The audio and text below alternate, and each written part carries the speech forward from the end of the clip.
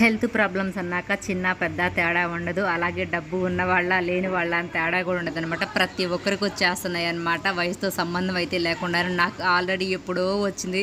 నాకైతే మాత్రం చాలా బాధేస్తుంది. ఏంటి మరి ఇంత చిన్న వయసులో నాకు ఇన్ని రోగాల, నా ఒళ్ళైతే రోగాలు పుట్టానని చాలా ఫీల్ అయ్యాను. ఇక ఇప్పుడేమో మా అమ్మకేమో స్టార్ట్ అవుతా ఉన్నాయి అనమాట. మోకాలు నొప్పి ఫస్ట్ వచ్చింది, ఇప్పుడేమో హ్యాండ్ పెయిన్.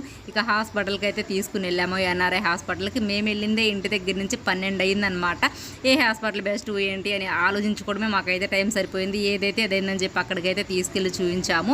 ఇక బయటకు వచ్చేసరికి 3:30 అయితే అయిపోయింది. చాలా ఆకలేసింది. ఉదయం ఎప్పుడో 9కే టిఫిన్ చేసాము.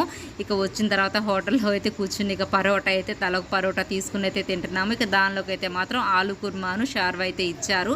ఇక నేనైతే మాత్రం చాలా ఆకలిగా ఉంది. కడుపు నిండా లాగిచ్చేద్దాం అనుకున్నాను. నిజం చెప్పాలంటే టైం దాటి తినేసరికి అస్సలు ఎక్కను కూడా ఎక్కలేదనమాట. నేనైతే సగం వదిలిపెట్టేశాను. కానీ మనం కట్టిన డబ్బులకి న్యాయం చేయాలి అని చెప్పి ఎలాగలా లోపలికి అయితే మాత్రం పంపించేసాను. ఇక అన్నం తీసుకుందాం అనుకున్నాం, కానీ ఇక ఆ టైంలో ఏం తింటామని చెప్పేసి వద్దని అనుకున్నాము. ఏదైనా హెల్త్ ప్రాబ్లం వస్తే సరే హాస్పిటల్కి డబ్బులన్నీ పోయాల్సి వస్తుంది. నాకు చాలా బాధ అనిపించేస్తుంది అనమాట ఈ విషయంలో మాత్రం. ఇక మేము వచ్చేటప్పుడు అయితే మాత్రం పూల మార్కెట్ దగ్గర ఆగి కొన్ని పూలు అయితే తీసుకున్నాము.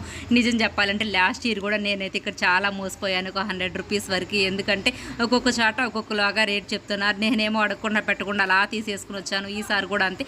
హాఫ్ కేజీ 150 అని ఒక చాట్ చెప్పారు, ఒక చోటేమో 100 అని చెప్పేశారు.